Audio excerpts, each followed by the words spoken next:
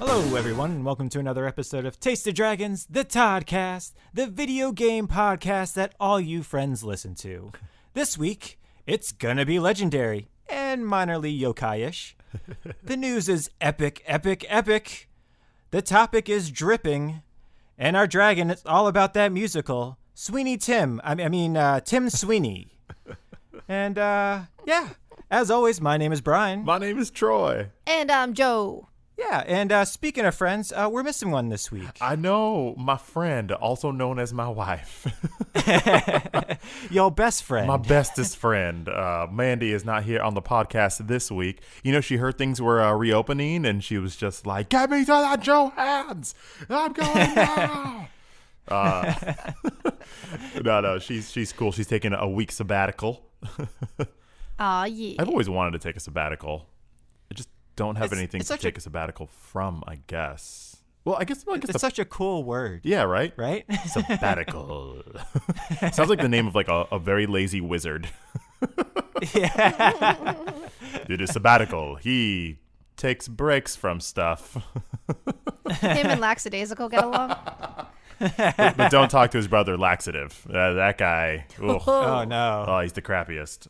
All right. This is why Mana needs to be here. Yeah. There's no one to rein in this dumbness. Oh, no. It's going to be a tough week, guys. Yeah. With our powers of dumb combined. Yeah. Amanda, we miss you. Our powers of dumb and social distance combined. But yeah, let's get into our games this week. What are you playing? That's right. And you know what, Joe? I think I'll start us off this week again. This week I played a game just came out of early access. It is fresh on Steam now, or at least version 1.0, and that is Deep Rock Galactic. And you might be thinking, what the heck is that? And I thought the exact same thing. Sounds like a really good sci-fi show. It does, doesn't it? Basically, what it is you are a bunch of dwarves in space. You are mining a giant planet/asteroid, and it's a completely procedurally generated. Ooh, so it's different every time. So it's different every single time. So it's kind of like if you've ever played like Left 4 Dead or Warhammer Vermintide or even Payday. Oh, is it? Basically, is it like 3D top down? Does it look like 3D. Vermintide? It's a first-person shooter. It's a first-person. First person. Okay. So what you're doing is you're going in on missions. So one mission you might be to mine a certain type of ore, and the next mission might be you're trying to collect alien eggs or whatever. But while you're doing this, you have like these bug creatures come out and they attack you. So it's kind of like a PvE like mission-based like shooter, or You can do it with up to 3 other people. Brian, do these creatures come out at night? Brian, are these it is eternal darkness. Are these creatures called creeps? Brian. They're not called creeps, no. Is this just Minecraft in space? Brian. It might be. No, it's not. Basically, you have a hub, which is your mining station that everybody meets up with, and then you go out on missions. And so you can meet up with up to 3 other people. So there's 4 of you guys. Or it's just yourself, or it's, one other person. You can have up to 3 other people with you. Mm-hmm. And so, but when you're in this station, there's a robo bartender that you can get drinks from. Yes. And so these, the beers can give you like buffs for your next mission. However, if you drink too much, you become disoriented, and then your next mission is in like double vision. But you can still do your mission? Oh, you're still doing the mission. But you're double vision. You're kind of stumbling all over the place. I love this. I want this game just to be about the robot bartender and getting drunk and then going to work. That would be the only way I play this game. Oh yeah, and it's great too because all the beers all have different effects too. There's multiple beers. There's multiple beers. One of the beers you drink, I think it's called like mucus beer or something, but you drink it and then you just emit a noxious gas of green, and flies are all around you, and it's great. What is this, my bachelor night? Right? Hey. Another one is explosive. So when you drink it, your farts explode you all over the space station. Ew. Laxative at it again. Right? Gotcha. That damn wizard. And it's completely done by an indie studio. I think this might be their very first game that they put out. I completely forgot to write down their name, but Well, that's what AJ is for. AJ is our That fact is. checker. If we ever can't find a fact, he finds it for us, puts it in the comments on our Instagram. AJ, what do we need? we need the name of the studio that does Deep Rock Galactic. Boom. Thanks, AJ. So, boom. Thank you very much. But like this game is completely just oozing with charm. Cool. All of the environments are completely destructible. So they're all made so you can do whatever you want. It's awesome. It's like, what was it, Red Faction on Mars, Yes. where you could just destroy everything? Yes, that's exactly this, but everything's destructible. Literally everything that you see can be mined into. There's 4 different classes. Oh, So you have the It can be destructible and turned into like components. yes, That's cool. exactly. So Minerals, So you whatever. have like the driller, who's really good at just drilling through things. Yeah. You have the gunner, who's really good at like putting down ropes that everybody can get Okay. other places to. You have the engineer who can lay down sentries, and then you also have a scout who can just go everywhere. And the game and are is you playing just, as all those different characters, or are you like assigning them to like go out and do things, kind of like a management thing? No. You are the character. Okay, you are. So you are. So you can choose to be an engineer. Okay, You can okay, choose to be. okay, You can choose to okay, be one gotcha. of these classes, and then everybody else can choose to be whatever. I Class gotta say, they I'm want getting as well. some. I'm getting some vibes of No Man's Sky here when it comes to the procedural generated planet and like everything you can mine from and get components from to like make things out Yeah. of, which is kind of cool. Except it's not like up its own butt No, it's not. like No Man's Sky can be. No, it is all about just having fun Yeah. and doing things in like the dumbest way possible. Cool. The thing that really won me over, besides the beer drinking and everything, I love that. was you can join with random crews. You know, there's a server list, and you can just join in with whoever's doing what. And one of the crews I joined in, one of their names was Ganondorf. What? Oh. Ganondorf? They put the yeah. Oh, that's They the put best their pun name ever. as Ganondorf. Yes. And I was just like, oh, this wins.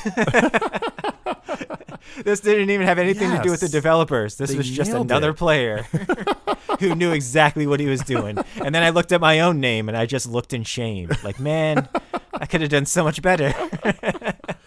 Buy Ganondorf a beer immediately. Right? Ganondorf, you're our hero. Yeah. But yeah, the game's really good. It's only $30. It's not like hugely expensive, but it's not like cheap. It's not bottom of the barrel. Okay. And the developer's been keeping up with it. Like I said, this was in early access, and they put out pretty much like one big update every month. All right, so yeah, that'll do it for my game, Deep Rock Galactic. Nice. It's a dwarven good time. Deep Rock Galactic. Look out for their album. right. They do a lot of 80s, Yeah.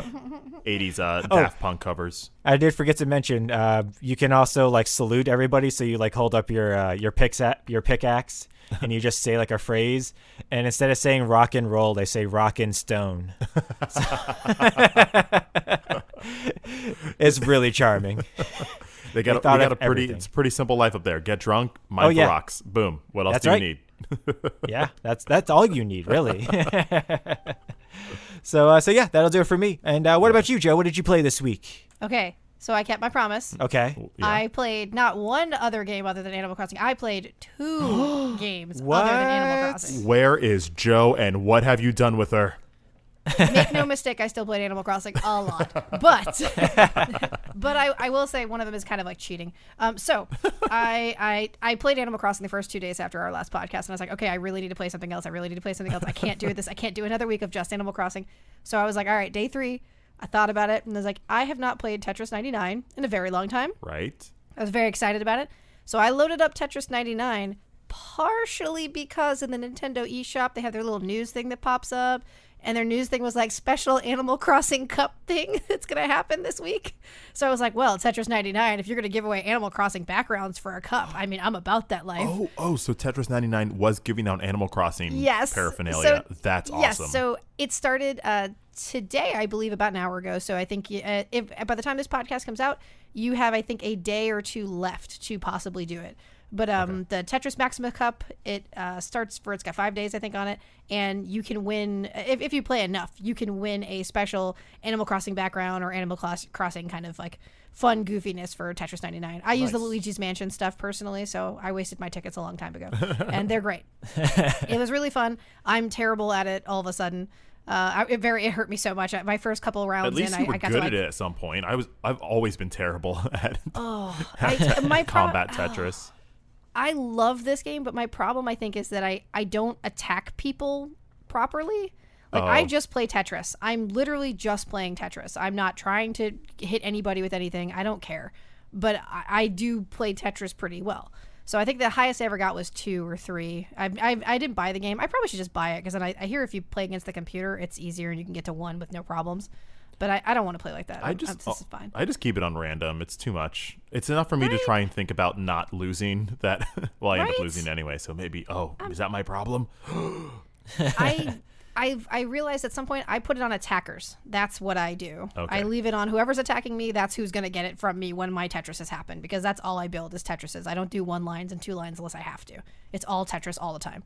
So even though I was playing Tetris 99 because of Animal Crossing, I felt bad, and I was like, no, I'm going to play something else. I went back to Nioh 2 to get my bum whooped something fierce. the anti-Animal Crossing. Yeah. Oh my God. Not only did I forget how to play in the month and a half I've taken away from it. So I start up and I'm like, wow, I don't remember how to do anything. I'm like, where's the block? Where's this? Where's that? And I'm in the middle of a mission. I had just stopped playing Nioh too when Animal Crossing came out. So I'm like, I don't even know what's going on. There's these really cute kodamas that I love. I'm in front of a shrine. They're making adorable noises. I'm looking around. I don't know what to do. I have no idea what I'm doing. So luckily, there's a dude behind me. I'm like, yeah, I'm going to talk to this dude. He's going to tell me what to do. Unluckily, he says a sentence that doesn't count and matter at all. Oh, no. So I basically ran the gambit of this weird village. It's a submission I was on, and I was apparently supposed to find somebody's letters or something. I don't know. I didn't do that part of it, but I did figure out what to do after about 3 hours of running around and killing the same things over and over and over and over again. And then finally I remembered how to do some stuff, and I was like, sweet, I'm going to murder the things faster. And it still took forever. But I finally gave the really cute little dark Kodama guys, the Sundamas, I finally gave them some items. I didn't know you could do that. And I felt really stupid because that's how I finished the mission. What's a Kodama? Is that what you said? Okay, so Kodamas are cute little kind of like soot spirits. You ever watch Princess Mononoke? You ever see the little rattling, the little guys, the little white rattle guys? It's basically one of those, only it's green and it's wearing a hat. And pendant on its hat is what it does for you if it drops more weapons or Amrita or money. So you got to find, I think, 25 of them in each area. And there's like, a dozen different submissions and missions to do. And in all of those missions, there'll be like 2 or 3 of them. So you got to find them in all these hidden spots, or you got to murder something that's standing on top of them because you can't even see them. Like the Kokery things in Breath of the Wild. Yes. Oh, yeah. Only in little this things game. To find that help oh my you. God, they're adorable. They're so cute. I love them. And when you find them, they make like a really adorable sound, and then they go hang out on the shrine, so you can see how many of them you've got. Ooh. It's freaking great. Oh, but in this game, they have a darker, like a yokai version of them called Sundimes, or Sunduimes, or something like that. They are, you don't speak their language yet in the game where I'm at, so I haven't learned how to, like, when I greet them, all I do is bow, and then they make weird sounds, and then subtitles pop up on the screen in like dark red, and you can't read any of it because it's all a different language. And it's very, like, they're adorable, but they're obviously evil, and that's great. So there was a ton of these evil little guys all over the town that I was constantly going around and killing all the yokai in. And then I didn't realize it. You have to give them items. I thought you had to, like, speak their language to give them an item they wanted. No. Anyone playing Nioh 2, here's your tip. Just hand them anything. Doesn't matter what it is. Hand them some stuff, and they will be happy with you and give you some stuff back. Maybe just gotten really lucky and you just happened to hand them the exact thing that I they don't think wanted. so. There were 5 of them. There was no way that I did 5. There's no way. There's no way. If I can't guess what color is red and black to get an Animal Crossing villager to move into my town, I definitely am not randomly giving something in another game 5 different items, all random. No, I'm there's so no way. glad I'm not the only one that's bad at that card game in Animal Oh, I'm Crossing. terrible. Oh, I'm with you. I get yeah. everyone wrong. I've lost villagers over that game. I refuse to stop talking to Marshall. Like when he was in my campsite, I think you can listen to it, 2 weeks ago. But I was going insane because I was winning, and I was like, this is great, but I didn't have a plot for him. And then when I finally had a plot for him, I couldn't win worth beans, man. It was terrible. I must have done that like 6 or 7 times. And then finally I won once, and I was like, thank you. Please move in, Marshall. Your angry face makes me so happy. So then I went back to Animal Crossing and started talking to Marshall. So here we are. Here we are. I got one more mission done in Nioh, started Hey. a new mission where it beat my ass, and now I'm back to Animal Crossing. I am proud. You have made some ground. You have covered some ground this week, Joe. Applaud yourself. That's right. Well done. I did. See, I keep my promises. Okay, promise to beat all of Nioh 2 by next week. Easy. Oh, God, no. Oh, God, no. It only takes a week, right? Come on, 2 weeks tops. It took me a year to beat Nioh 1. I don't think it's going to take me. It's partially due to nerd rage. I did need to like throw controllers, so I had to put them down and stop playing that game for a while. Oh, that's stopped why playing- you guys have so many controllers in your living yep, room. It's my fault. Mhm. Oh yeah. This all have a checks short out fuse. now. Oh. I will say last night, I had not realized how calming Animal Crossing was until Yeah. playing a part of Nioh 2 that actually made my blood like run. My heart started beating, and I was like feeling really not okay while playing some of this game. And I was like, oh my God, I think I'm gonna die. Oh God, oh God, oh God. I've got like a smidgen of life. That thing's got a smidgen of life. Kill it, kill it, kill it. I was freaking out. And then as soon as it was done, I was like, I think I'm having a heart attack. I think I'm gonna die. I need to go back to playing Animal Crossing. Quickly, get back to Animal Crossing. Quickly, Right, where's Marshall? Bring me my Marshall. go fish for a beta fish. Quick, Right? Oh, catch I some was carp. dying, but it was great. Nice. It was a good week. It was a good Cool. week. How about you, Troy? Yeah. For me, I decided to play a game that I've been playing for over a year now. Apex Legends came out with their new season 5. And every time a new season drops for Apex, it's kind of like the game is reinvented to a certain degree. I love Apex. It was one of my favorite games last year. Fun fact, I retroactively put it on my top 10 list after making it because when I made my list, I was so angry at Apex Legends because sometimes that game can really piss you off with how everything can fall apart so quickly. So I instead decided to jump on into season 5 because there's a new character that came out. Her name is Loba, not Lobo. That is a comic book character with a motorcycle. Not that dude. This is Loba. She's a Hispanic woman who has a pretty interesting story. The previous character, Revenant, murdered her parents, who were both involved in like some weird drug / mechanic human testing stuff. And she was a Apex kid. Legends stuff. What's that? Apex Legends stuff. Apex stuff. And so in that cutscene previously, you saw her as a child holding her dead father and like looking up at this robot with like angry tears just streaming out of her eyes. And everyone was like, well, that's going to be a character. And they did not make us wait. She is the character, all grown up, ready to get some revenge on everyone. Her abilities are pretty cool. She has the ability to see rare items like through walls, so she can like kind of get a good sense of like certain items you need. Of course, Apex Legends is a battle royale game where you kind of get dropped with nothing, and then you have to scavenge for weapons and armor and power ups and all of that. So it is a scavenging game. So her ability lets her scavenge better. She also has a translocator type thing, where if she's getting shot at by or surrounded, she can pretty much throw like her staff and then teleport to her staff, and it's got good range. I was playing with a friend of the podcast, Max, who's also one of my Overwatch peeps, and he was playing as her, and every time he teleported, he would just say, "It's so broken." You can teleport so far. She's so powerful. So it's one of those like, oh, I located a legendary item halfway across the map. I'll be right there. Yeah.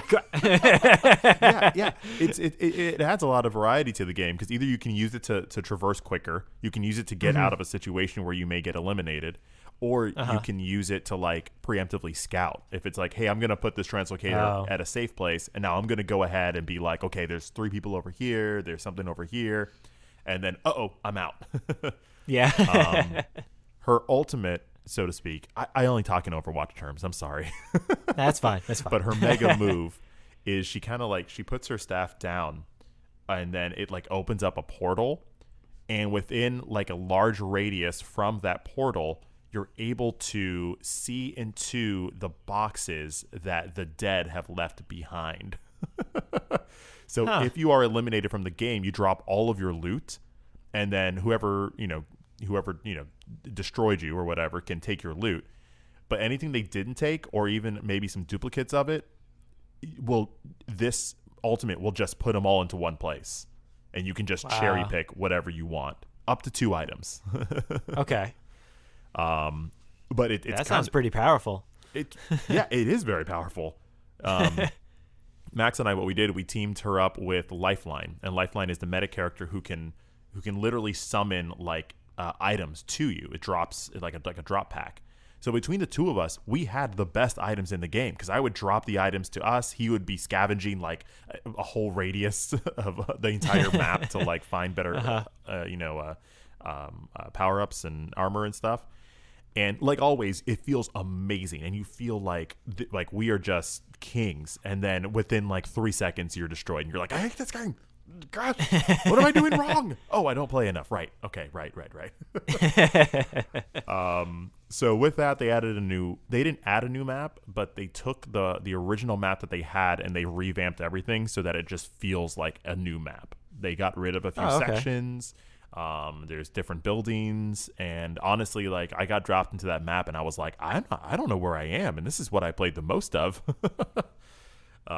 So that was pretty cool. So they added some other new modes here and there. You can check them out, on the interwebs to find out more details, some new modes, some different skins and whatnot. But those are the kind of the main things: the new map, the new character, and if I personally think Apex is my favorite out of the battle royales, the Fortnites and the Call of Duties and whatever. It's got the best sliding in video games ever. So I have an enjoyable time every time that I play that game. So I'll delve a little more into it and try to see if I can, work out that character a little bit more with some combinations. Yeah. Have you won yet with her? No. Dude, I haven't won since month 1 of this game. Are you kidding me? I won when everyone was like, I don't know how to play this game. But I stayed at that level of, I don't know how to play this game. and as soon as you get a little bit of something, you go out, and then you come back in. You're back where square one. I am great at the hide-and-go-seek part of this game. If I tried, I will always be probably the 3rd person alive out of sheer fear. But once it comes to throw bows, your boy's done instantly. Luck. That's why I got to team up with people like Max and that can help carry me through those parts. Nice. But yeah, it was good stuff. Good stuff. Yeah, that's awesome. And that just dropped this week, right? Still free to play that game. You can still get all that content by just playing a bunch. You have to play more to get it, but it's still free to play. Nice. That's pretty awesome. Yeah. And it is cool. It's not a new release, but it's a new update. All right. So that should do it for our games this week. Now it brings us to our news segments. News.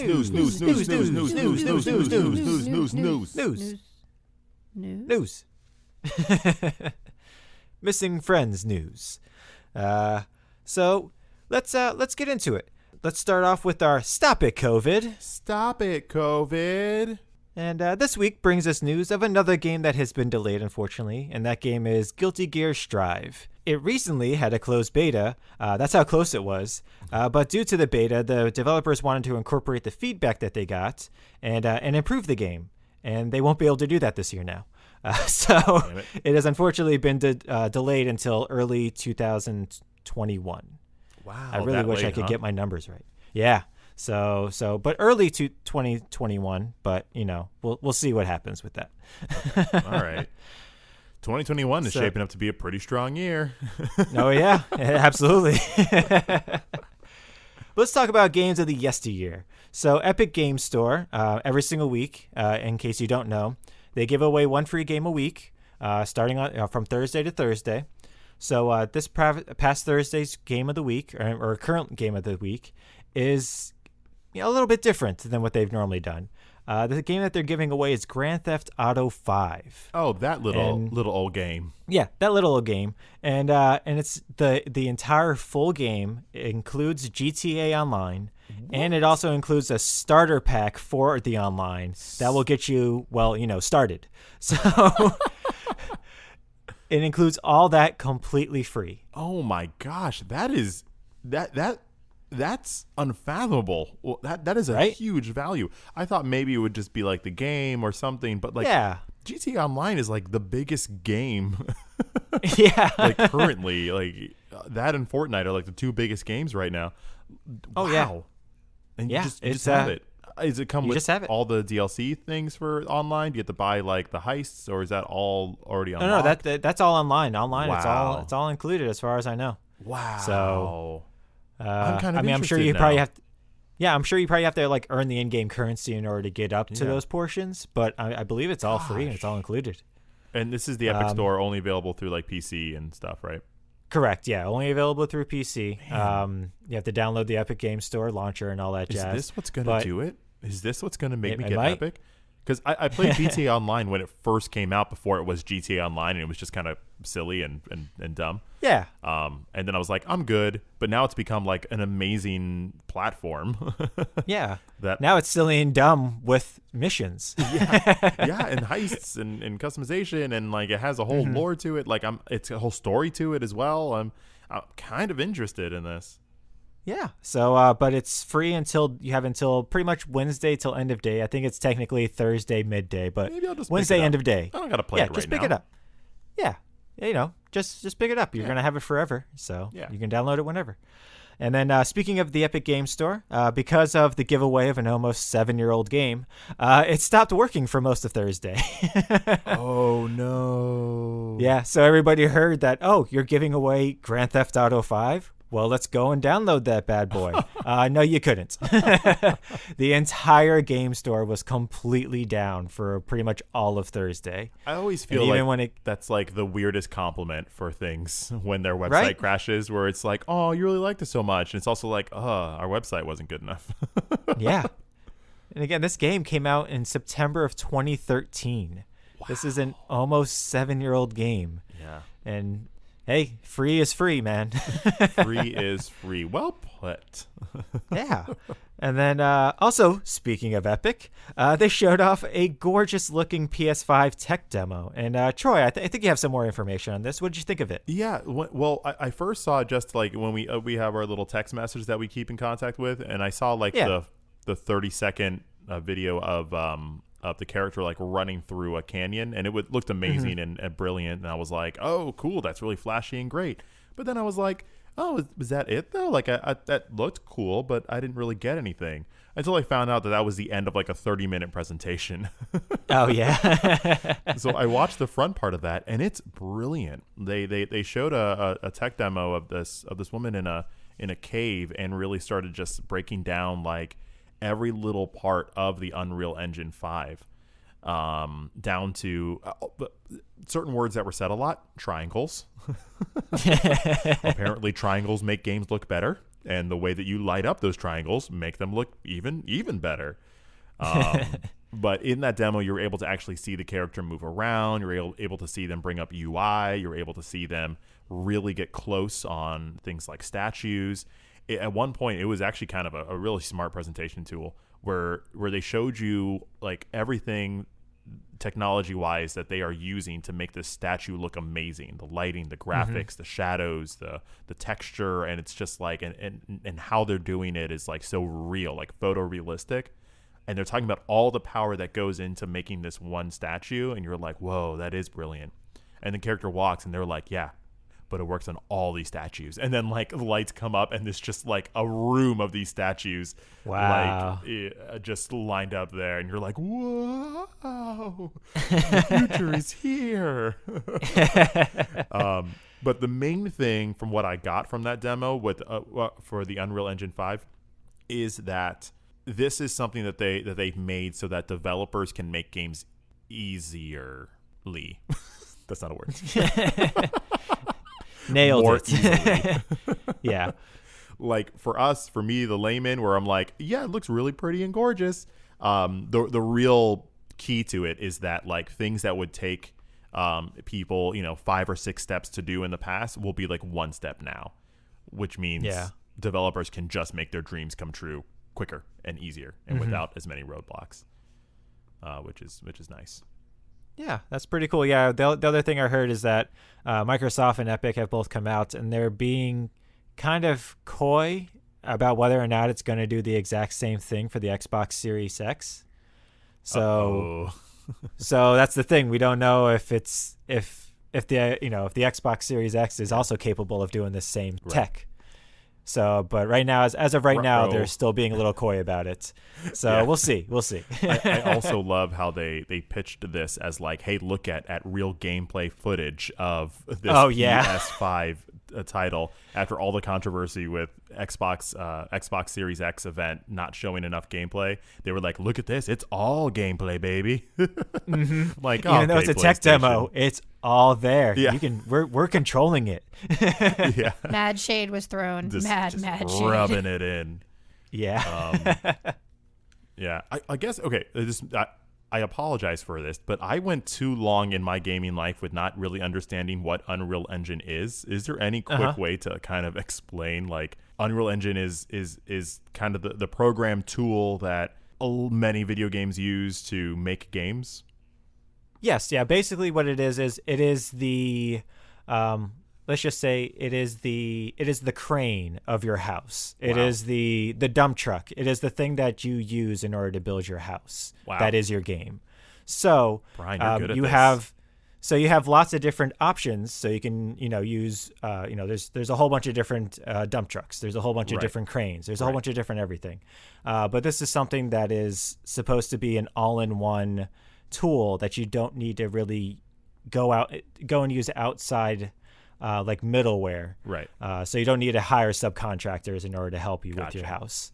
So this is mainly just for that. And one of the things that they did really well with this engine, so Unity is completely free. You can pay for a professional version in order to get some more. And Unity is another game engine. You can pay in order to get some more better features with it. Okay. Whereas the Unreal Engine, everything you get. You get the exact same things a professional developer gets. Oh, they don't. As a regular person. You don't have to pay them a single dime until your game makes $1 million. Wow. So if your game makes $950,000, you still don't have to pay Unreal or Epic a single dime. They're really kind of putting games first there. Yeah, because before it used to be, I think $50,000 is what it was, which is still a pretty good amount of money. But yeah, they I think that was like 9 years ago is when that was. Over the past 9 years, they've now made it $1 million. Wow. So yeah, it's a really good tool, but it is very not user friendly if you don't know what you're doing. Okay. So it's much more a professional thing. So and the last time that there was an Unreal Engine, or the last Unreal Engine version, was in 2014. So this is 6 years later, and I mean, I'll talk about it more in my Dragon of the Week, but like Unreal Engine was in 1995, and they've only had 5 versions of it. So this is a big deal. And if they're debuting on the PlayStation 5, that's better than any marketing for the PlayStation 5 or Xbox that I've seen so far. Yeah. Just that statement alone is enough. Oh, I agree. All right. So yeah, Epic was definitely epic this past week. Yeah, it was really cool. Yeah, they definitely came out guns blazing. However, not to be outdone, Nintendo also came out of nowhere and hit us hard with a gorgeous trailer of their own. What was it, Joe? I don't know if you guys got to see it. You should totally load it up right now before I even spoil it for you. Pause and go look up this. Oh, it's amazing. So, Paper Mario, they dropped a very big trailer, and they told us it was coming out in a little over a month. And the trailer is amazing. Picture, if you will, an origami Princess Peach walking out of a castle and getting snatched up by an origami king. And little 2D Paper Mario is still really adorable, and he's running around in an origami world. It's amazing. Wait, is it King Bowser? It is not. It is just an origami king. We don't know. Whoa! Finally, the universe expands. Right? Yeah. Right? So it might be him in the end. We don't know. We're not sure. We don't know who the goodness. origami king is. This is literally news for me. I'm very happy. I have never finished a Paper Mario game. I usually start them. Neither have I. Yeah. I do too. I don't ever finish them. Me neither. maybe this is the one. I hope so. I looked over. I think I yelled from the room like, I don't know how they keep getting me to buy these Paper Mario games. They're so cute. Because I don't finish them. I spend maybe 3 or 4 hours playing them, and then there's Right. something else I want to play. Does it have an official title or? Yes, Paper Mario, the Origami King. Oh, the mystery's in the title. Ooh. Yeah. Ooh. I am Comes out on all July about this. 17th. Yeah, July 17th, which is the same day as Ghost of Tsushima. Oh, well, sorry about that, Paper Mario. Yeah. I felt the same way. I was excited for like half the day, and then Brian looked up the date for Ghost of Tsushima, and I was like, "Well, I hope that gets pushed back, or I'm not playing Paper Mario." Or hey, if Ghost of Tsushima is like a real quick, like week long game, I'm okay with that. I can put I'll crunch on that one before getting to Paper Mario. So, and then again, not to be outdone. What? Even though this was technically first, not to be outdone. I like to talk about something that hit me right in the nostalgia. Okay, good. Tony Hawk's Pro Skater 1+2 remaster was announced. Yeah, Tony Hawk is back. Tony Hawk is back. And I don't think this will not qualify as a Tony Hawk Pro Skater unless I could also be Spider-Man in this game. I need to be able to be whatever I want to be character-wise in this stupid game in order for it to be considered a Tony Hawk's Pro Skater. I'm going to hit some A true 900s. remaster. I'm going to do some ollies. I'm going to do some Yeah. Benihanas. Oh, my goodness. Yeah. What was your most played Tony Hawk game from back then? Probably 2. Yep. Because Same. we're the same And even- age. I did play Tony Hawk's Pro Skater 1 a hell of a lot, but Yeah. it did not compare to 2 because 2 just did everything 1 did way better. And that soundtrack. And the soundtrack, I would sing it if we wouldn't get copyrighted. right? Do we know if they're getting all that back? Because That's a the lot of thing. the I remakes don't haven't know. happened because they can't get that music. Yeah, so don't know. I hope so. Like so far, from the trailer, it sounds like it is, but I don't know if it's everything. So I hope. Yeah. Yeah. Also, half those bands nobody even knew of at the time, anyways. So Dang, Brian. nowadays, it's got to Dang, be just pennies digging. on the dollar. Gosh, I really wish that statement wasn't true, but I can't think of any of their names now. So, dang it. I'm sure there's a Weezer, maybe. I don't know. There's probably a Weezer song somewhere in there. Maybe. Yeah, it's got to be. It's got to be. But the game comes out September 4th, unless we have another Stop It COVID thing later on. It's coming up September 4th. So looking forward to it. I hope it's Nice. I hope it's everything I want it to be, which is the exact same game. So yeah, and then that'll do it for the news. However, we do have sports ball, but unfortunately, Hunter is still missing. And just when I was getting to know his name, so Maybe this was his ploy. This was his ploy. I think that's what it to, was. Our sports guy Hunter decided not to come just to show you the value of him and sports, Brian. I hope you're learning something think so. today. I hope so, and I hope he comes back soon. Otherwise, I'm going to forget his name again, and I'm going to be right from square one. It's going to be like you with Apex. It's just going to be right from square one all over again. well. Luckily, since Hunter's been gone, I've been looking at a few sports, primarily Overwatch. Okay. Only All right. Overwatch. Overwatch is in a very difficult place right now. The Overwatch League, the professional sports league that they have. pretty much because of COVID. This is more of a stop it COVID story. Stop it COVID. Yeah. One of the teams had to literally fire their entire team. Wow. The Vancouver Titans, who had a bunch of team members who were from Asia, who needed to like go back home, maybe with their family and all that. While the season was continuing, it was just becoming too hard to try and safely fly them out. And they were like, "Hey, we don't want you to fly out here and over there at this time. Stay at home, but we also need to play next week. So we love you all, but we have to let you go." And it was really kind of heartbreaking because it was definitely, they were a good team. They were in the championships last year. So it was not a, hey, we're letting you go because you're not performing well. It was a letting you go because staying with us is putting you in an unfair situation where you have to choose between your work and your health. So we'll choose for you, I guess. Yeah.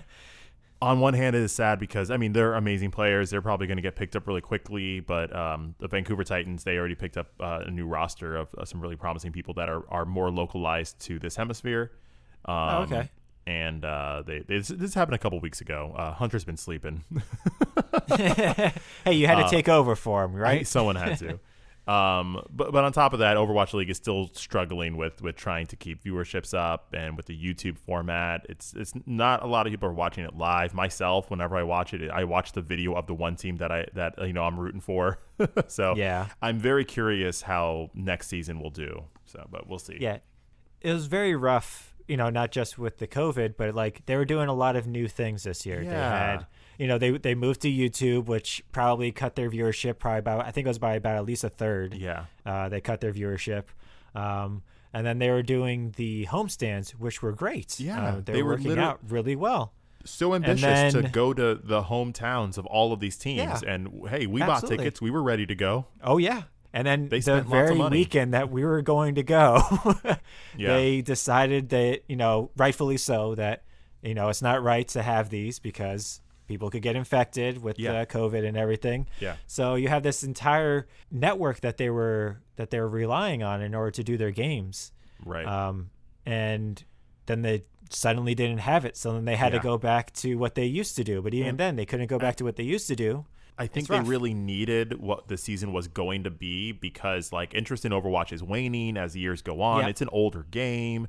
Yeah. And so I think the idea of invigorating an interest by actually going to hometowns would have been enough to keep interest in this game until Overwatch 2 drops, and then the interest would be back. So Agreed. I'm very fearful for the players in there. So far the season's still going. Everyone's getting paid that are still playing and whatnot. So I'm still watching when I can. YouTube doesn't have enough viewers, but they have a lot of archival watchers because it's easiest that way. Easier than Twitch to go find a game. That's what YouTube was built on. So Right. So yeah, that's it. All right. Well, thanks for filling in there, Troy. Appreciate that. And now that brings us to our favorite segment. Turn up for what? Turn up for what? And this week it's going to be with Joe from Katsusando. Oh, welcome to another week in Animal Crossing. This week brought us visitors from near and far, from bug enthusiasts and fish photographers to art dealers and shrubbery salesmen. But the one visitor that brings a twinkle to everyone's eye is Celeste. She brings special celestial DIYs and a smile that makes us all aflutter.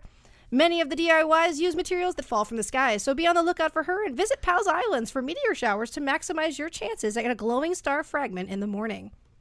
Islanders in the southern hemisphere should be experiencing fall leaf soon, while the northern hemisphere will be welcoming summer shells in the coming months. And now, on to the turnips. This week's stock market as reported by the Dow Jones. While purchasing was at an all-time low at 90 bells, selling turnips midweek peaked at 543. The market experienced an unexpected closure earlier in the week when Nintendo servers went down for a few hours, but everything seems to be pressing on full steam now. And that's it for turnips this week. This is Joe from Katsusando signing off and reminding you to look up for shooting stars, watch your step to avoid pitfalls, and always, always save your rusted parts. Back to you, dragons. Turnip for what? Nice. That was really well done there, Joe. Heck yeah. Appreciate you for casting in from Katsusando. The island Wi-Fi is great. Yeah. Thanks, Just got a Isabel. satellite dish. Yeah. Nook and Isabel have done wonders, All right. So then normally we would be tossing it on over to our Mighty Morsel tasty topic. However, we're going to let that well run this week. And we're going to go straight to our Dragon of the Week. Do. It's the dragon of the week. Oh, it's so sweet. It's the dragon of the week. It'll make you weep. Dragon of the week. Dragon of the Week. And this week's Dragon of the Week, as always, is someone or some entity that we would like to shine a little love on. And entity, In the video game realm. in the video game realm. Corporeal spirits. That's right. And the grand celestial beings of that. I'm getting way too far away. It's just a little thing that we like to shine a little love on the video game industry and see where they're at and where they got to and where they came from. So this week's Dragon of the Week, Troy, who is it going to be? Have you heard the legend of Sweeney, Tim? Have you? Have you? Because you're about to. Oh, wow. Tim. Fill us in. That's right. Tim Sweeney. Tim Sweeney, y'all. I just got to say his name because, like, this guy is a marvel. Like, holy crap. So, for those of you who don't know Tim Sweeney is the CEO of Epic Games. Hashtag the developers of Fortnite. and givers away of Grand Theft Auto 5. And givers away of Grand Theft Auto and pretty much one of the biggest up-and-coming players in the video game industry. Some would say that they are the video game industry if you're just looking at Fortnite. And Tim Sweeney is also the chief initial architect of the Unreal Engine that me and Brian and Joe have been talking about earlier in the podcast, which, as you mentioned, are kind of like tools or like a dump truck that you make games with. That was a beautiful analogy, Brian. That was great. That was great. Thank you. I'm gonna have to use you some more. Okay? Can I go ahead and put this request in now? This work order for like any jargon. Yeah, it's been stamped in triplicate. You're fine. Okay, good. Right on. All right, well, this week, as we discussed, we saw the release of the latest version of the Unreal Engine, version 5, and the presentation was followed up by an interview with Tim Sweeney and a few other very impressive execs. And as I looked at Tim's face, I was like, I don't really know your story. I'm like, I know who you are. I know what you did, but like, I don't really know how or what or anything. But I'm pretty sure you're incredibly important to the games industry. And guess what, y'all? I was right. Oh, boom. I was right. So, Mr. Sweeney grew up in Maryland, in Potomac, Maryland. And check this. At the age of 5, he looked at a lawnmower and was like, hold on, let me see that. And he took that lawnmower and took it apart, examined all the parts, and was able to put it back together. What? Wow. And still have That's both awesome. of his hands? That's crazy. I know. At the age of 6 or 7, they got a new lawnmower, and he said, hold on, let me see that. He took it apart and was able to then put it back together, but this time, he made a go-kart out of it. He's 7. He's 7. When he was... He ruined their lawnmower, though. It was a brand new lawnmower. Unless it's still a lawnmower. It's like a go-kart lawnmower. You can like ride across the grass. I see. Fair enough. I don't know if it was. I'm just saying. I wouldn't be surprised. I wouldn't be surprised. Yeah. When he was 8 years old, I can't believe this is the only dragon where I've had to start when they're like 5, and then every like cool thing happens like year after year. Amazing dude. When he was 8 years old, his family got an Atari 2600. Tim Sweeney didn't really like playing games aside from Adventure, which is one of those awesome Atari games. So he looked at the Atari and said, hold on, let me see that. And he tinkered with it. And it was pretty much he put together that it was made and manufactured in a way just like the lawnmowers were made. Not like it was made like a lawnmower, but like when he was taking things apart, he was figuring out like, hey, people worked and put this together. It didn't just come like this, like me at 5, where just everything is magical and nothing makes sense and I don't need it to make sense. Like he started realizing, oh, this is a craft that people are working on, and it kind of like struck a chord in him.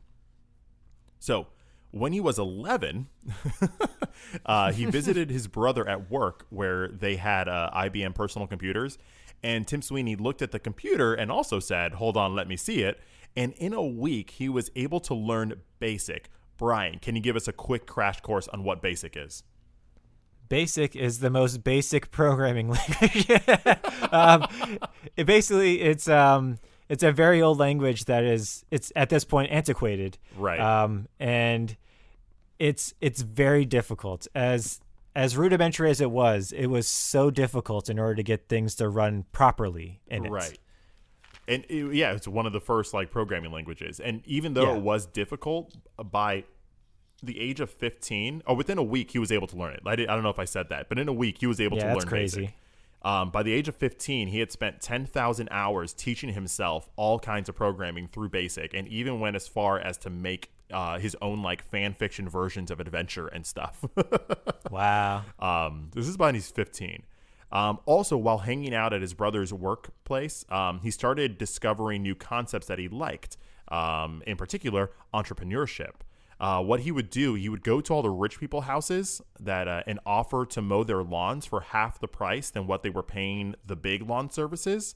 And he raked in tons of money. Like, this guy's equal parts like mechanical genius and also a savvy businessman. He's the perfect storm.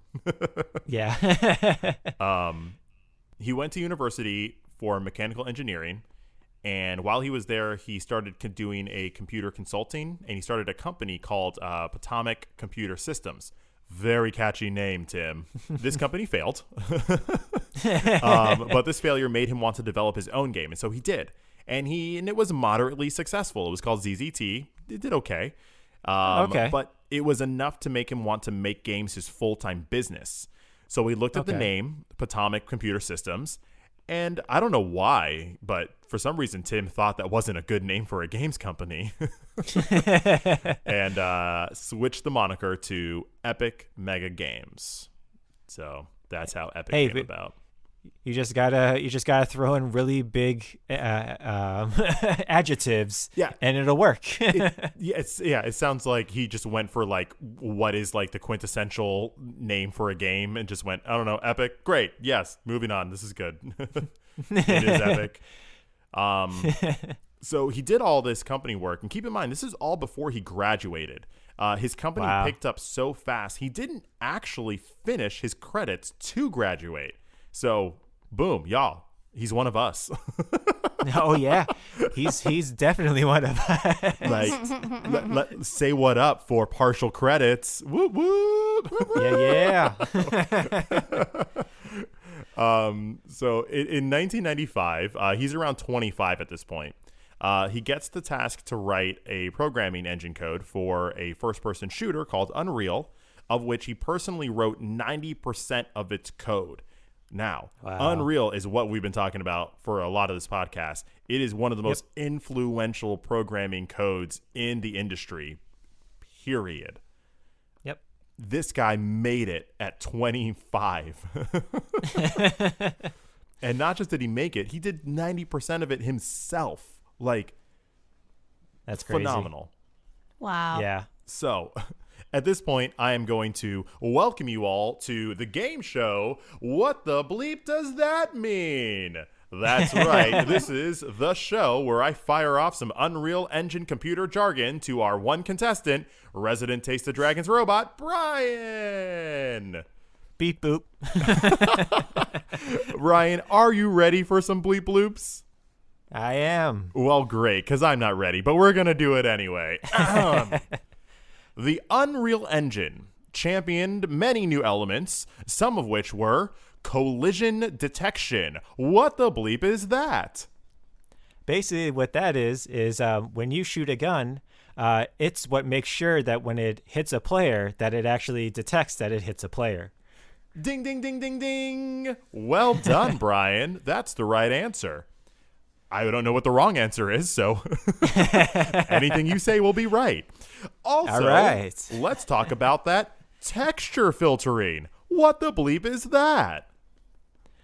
So basically, texture filtering, what that does is it makes sure that your textures are properly transparent. So if you have any alpha filters, which is what makes it so that, like, let's just say you say white is transparent, it makes sure that that white is what is transparent, so you can see through it, and so that way you can.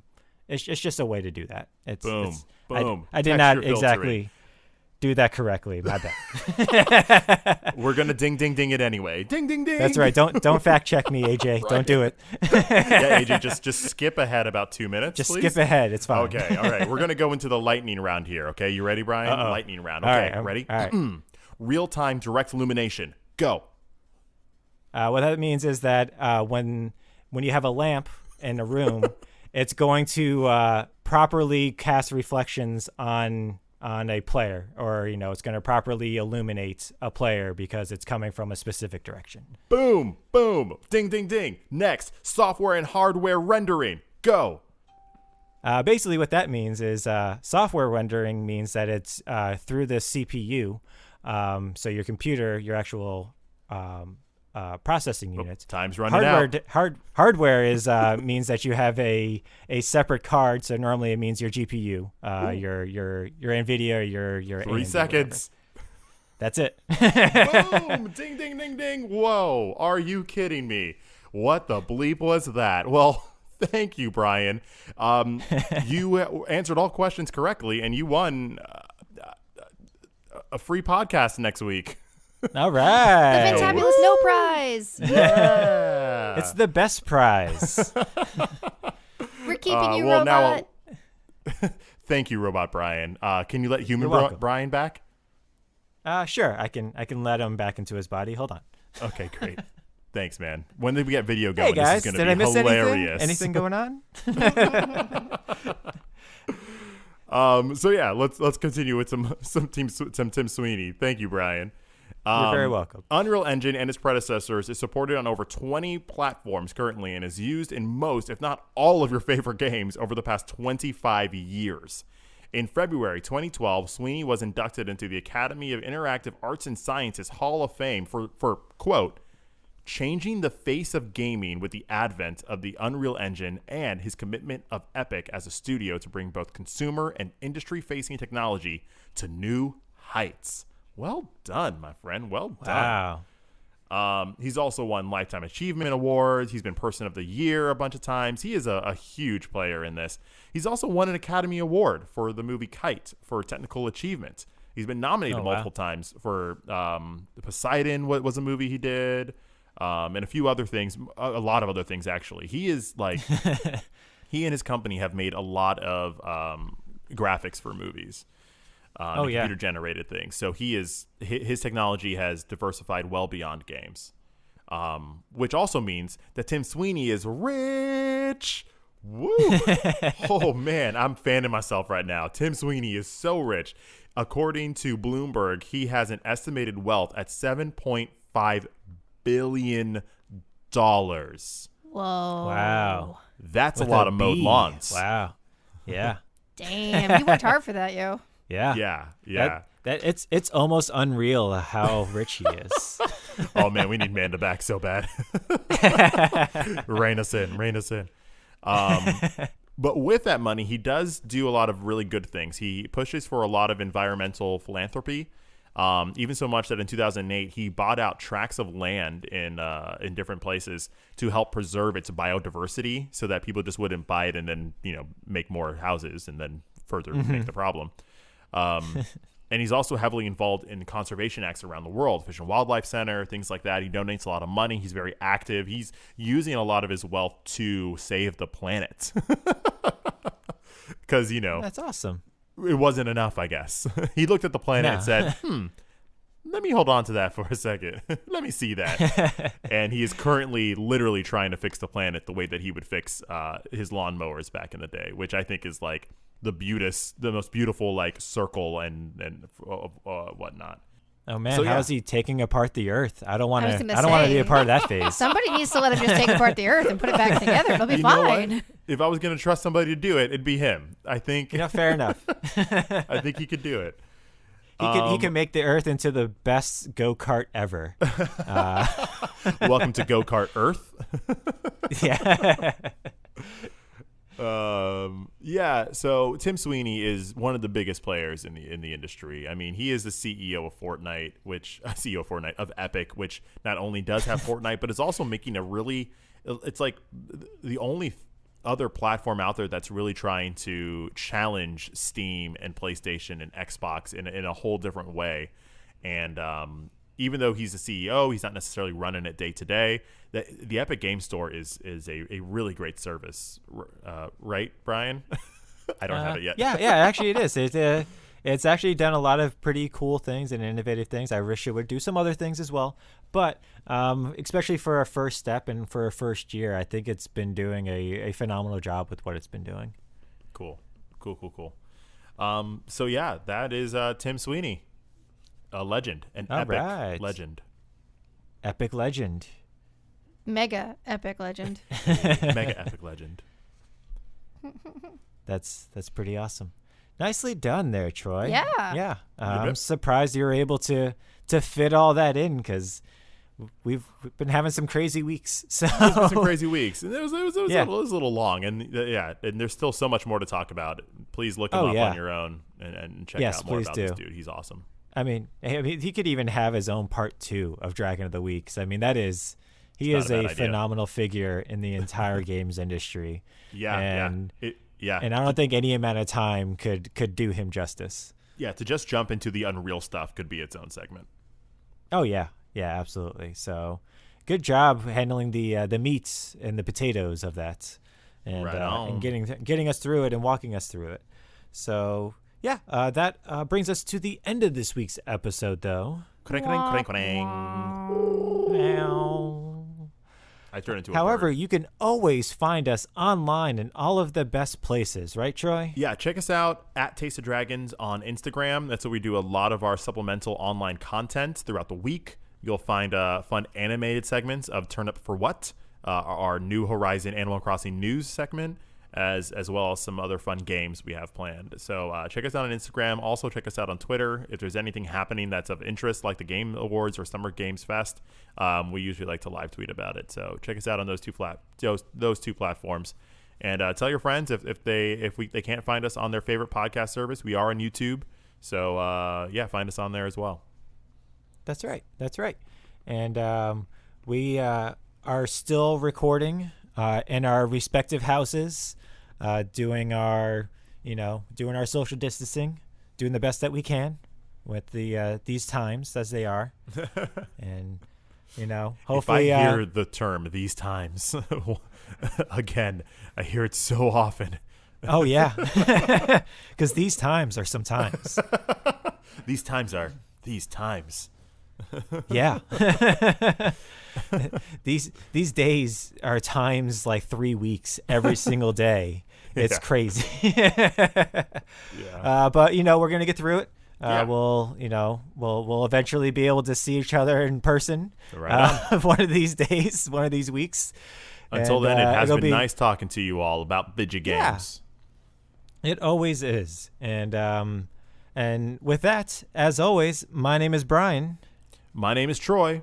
My name is Joe. And we are the Taste of Dragons. Have a great week, everyone. Yeah. Bye-bye. See you next week, man. I gotta go look at this Bye, Super Vanda. Mario trailer. Miss you. Oh, bye, Vanda.